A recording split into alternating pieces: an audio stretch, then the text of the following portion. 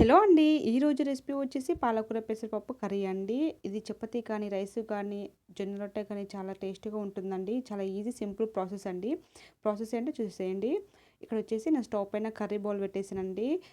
కర్రీకి కావాల్సిన ఆయిల్ వేసేసుకోవాలి. ఆయిల్ వేడెక్కిన తర్వాత దాంట్లో కొద్దిగా జీలకర్ర వేసేసుకున్నాను. నెక్స్ట్ వచ్చేసి కరివేపాకు వేసేసుకున్నాను. కరివేపాకు కొద్దిగా ఫ్రై అయిన తర్వాత సన్నగా తరిగి పెట్టుకుని ఆనియన్స్ వేసేసుకున్నాను అండి. ఇక్కడ నేను 2 ఆనియన్స్ తీసుకున్నాను. దీంట్లో వేసుకున్న తర్వాత నేను నీట్‌గా చక్కగా కలుపుకోవాలండి. నేను ఆనియన్స్ తొందరగా ఉడకాలని చెప్పేసి నేను ఒక చిన్న స్పూన్ అంతా సాల్ట్ వేసేసుకున్నానండి. సాల్ట్ వేసుకున్న తర్వాత నీట్‌గా చక్కగా కలుపుకొని క్యాప్ పెట్టేసుకొని మనము ఒక 2 మినిట్స్ అలా ఉడికించాలండి. ఆనియన్స్ అంతా చక్కగా నీట్‌గా ఉడికిపోవాలండి.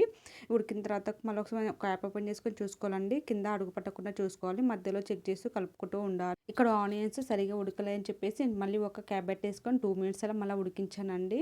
ఇలా ఆనియన్స్ చక్కగా నీట్‌గా ఉడికించుకోవాలండి. చక్కగా ఉడికిపోయాయండి. నేను ముందుగానే పాలకూర సన్నతరం పెట్టుకొని పక్కన పెట్టుకున్నానండి. అది నీట్‌గా కడుక్కొని మనం దీంట్లో వేసేసుకోవాలి. చక్కగా కలుపుకున్న తర్వాత ఒక క్యాప్ పెట్టేసుకొని మళ్ళీ ఒక 3, 4 మినిట్స్ అలా ఉడికించాలండి. పాలకూర అంతా నీట్‌గా మంచిగా చక్కగా ఉడికిపోవాలి. మధ్యలో ఒకసారి క్యాప్ ఓపెన్ చేసుకొని కలుపుకుంటూ ఉండాలండి. ఇలా చక్కగా కలుపుకున్న తర్వాతకు మళ్ళీ నేను ఒక క్యాప్ పెట్టేసుకొని మళ్ళీ ఒక 2 మినిట్స్ అలా మళ్ళీ ఉడికించానండి.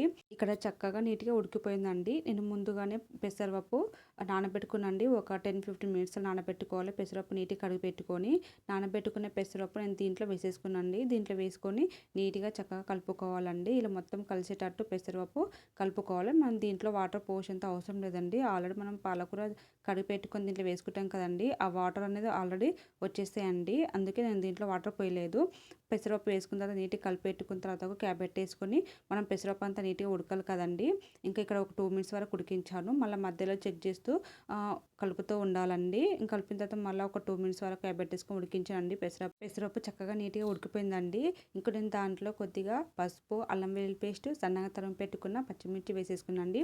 మీరు కావాలనుకుంటే మిర్చి పౌడర్ కూడా వేసేసుకోవచ్చండి. నేను ఇక్కడ వేసేసుకోలేదు. నాకు పచ్చిమిర్చి వేసుకుంటే చాలా టేస్ట్‌గా ఉంటుందని చెప్పేసి నేను వేసుకోలేదండి. మీరు కావాలనుకుంటే దీంట్లో మీరు టమాటాలు కూడా వేసేసుకోవచ్చండి. నేనైతే పాలకూర ఏ కర్రీ చేసినా, పప్పు చేసినా, ఏం చేసినా టమాటాలు వేసుకోనండి. కొంతమంది వేసుకుంటూ కొంతమంది వేసుకోరు. ఇక్కడ నేను వేసుకోలేదండి. ఇలా చక్కగా నీట్‌గా అంతా కలిసేటట్టు నీట్‌గా కలుపుకోవాలండి. మనము పసుపు, అల్లం వెల్లుల్లి పేస్ట్, పచ్చిమిర్చి వేసాం కదండీ! అంతా నీట్‌గా కలిసేటట్టు నీట్‌గా కలుపుకోవాలి. నేను ఫస్ట్ స్టార్టింగ్‌లో ఆనియన్స్‌లో సాల్ట్ వేసాను కదండీ! అందుకే నేను ఇక్కడ సాల్ట్ వేయలేదు. ఇంకా నెక్స్ట్ తర్వాత టేస్ట్ చేసిన తర్వాతకు సాల్ట్ వేసుకుందామని వేయలేదు. ఇదంతా ఒక 2, 3 మినిట్స్ వరకు చక్కగా నీట్‌గా ఉడికిపోవాలండి. ఇక్కడ మధ్యలో ఒకసారి క్యాప్ ఓపెన్ చేసుకొని చూసుకోవాలండి. కింద అడుగు పట్టకుండా నీట్‌గా కలుపుకుంటూ ఉండాలి. ఇలా మళ్ళీ క్యాప్ పెట్టేసుకొని మళ్ళీ ఒక 1 మినిట్ వరకు నీట్‌గా చక్కగా ఉడికించుకోవాలండి. ప్లీజ్ నా వీడియో నచ్చినట్లయితే ప్లీజ్ లైక్ చేయండి, షేర్ చేయండి, సబ్స్క్రైబ్ చేసుకోండి. పక్కన బెల్ ఐకాన్ని క్లిక్ చేయండి. నేను పెట్టే నోటిఫికేషన్ మీకు వచ్చేసాయండి. ఇంకా ముందు ముందు మంచి మంచి వీడియోస్ పెడతానండి. ఇక్కడ మళ్ళీ ఒకసారి క్యాప్ ఓపెన్ చేసుకొని నీట్‌గా చక్కగా కలుపుకోవాలండి. అడుగు పట్టకుండా మనం చూస్తూ ఉండాలి. నేను ఇక్కడ ఒకసారి టేస్ట్ చేసి చూశానండి. సాల్ట్ సరిపోలేదని చెప్పేసి మళ్ళీ కొద్దిగా వేసేసుకొని నీట్‌గా కలుపుకున్నానండి. కలుపుకున్న తర్వాత మళ్ళీ క్యాప్ పెట్టేసుకొని ఒక 1 మినిట్ అలా ఉడికించానండి.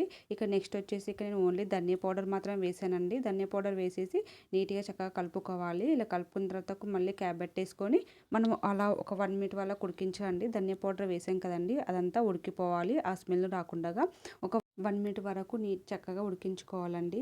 ఇక క్యాప్ పెట్టేసుకొని చూడండి ఇక్కడ చక్కగా నీట్‌గా ఉడికిపోయిందండి.